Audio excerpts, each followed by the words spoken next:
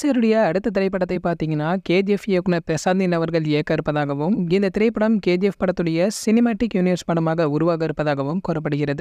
சாருடைய 3 படங்களை தொடர்ச்சியாக பிரசாந்த் இயக்க முடிவு செய்யப்பட்டிருப்பதாகவும், இவற்றில் ஒரு திரைப்படம் கேஜிஎஃப் திரைப்படத்துடன் கனெக்ஷன் ஆகும் வகையில் இருக்கும் என்று, மற்ற 2 படங்கள் பார்த்தீங்கன்னா தனிக்கதை அம்சத்துடன் இருக்கும் என்றும் கூறப்பட்டிருக்கார். விக்னேஷ் சிவன் அவர்களுடைய இயக்கத்தில் அஜித் சார் நடிக்க இருந்த படம் டிராப் ஆன பொழுதே பிரசாந்த் அவர்கள் தன்னுடைய அடுத்த படத்துடைய இயக்குனர் என்று நம்ம அஜித் சார் முடிவு செய்தார். ஆனால் அப்பொழுது அவர் வேறு ஒரு திரைப்படத்தில் பிஸியாக இருந்ததால் தான் அஜித் சார் படத்தை இயக்க முடியவில்லை. இதற்கிடையில தற்பொழுது நம்ம அஜித் சார் பிரசாந்த் ஆகிய இருவருமே இணைவது கிட்டத்தட்ட உறுதி செய்யப்பட்டிருப்பதாகவும் கூறப்பட்டிருக்காங்க. ஏற்கனவே பாத்தீங்கன்னா சிறுத்தை சிவா அவர்களுடைய இயக்கத்தில் தொடர்ச்சியாக 3 திரைப்படங்களில் நம்ம அஜித் சார் நடித்திருக்க நிலையில தற்பொழுது பிரசாந்தின் இயக்கத்தில் தொடர்ச்சியாக 3 படங்களில் நடிக்க இருப்பதாக கூறப்படுவதை அடுத்து அஜித் சார் ஒரு பேன் இந்திய நடிகராக உருவாகிவிட்டார் என்றும் கூறப்படுகிறது. சரி, ஓகே, இது போன்ற நம்ம அஜித் சார் பற்றி வெளியாகும் அனைத்து செய்திகளை நீங்க உடனே தெரிஞ்சுக்க நம்மளுடைய அஜித் டாக்கீஸ் என்ற நம்ம சேனலை சப்ஸ்கிரைப் பண்ணிக்கங்க. பக்கத்தில் உள்ள பெல் ஐகானை கிளிக் பண்ணிட்டீங்கன்னா நீங்க நம்ம வீடியோவை மிஸ் பண்ணாம பார்க்கலாம்.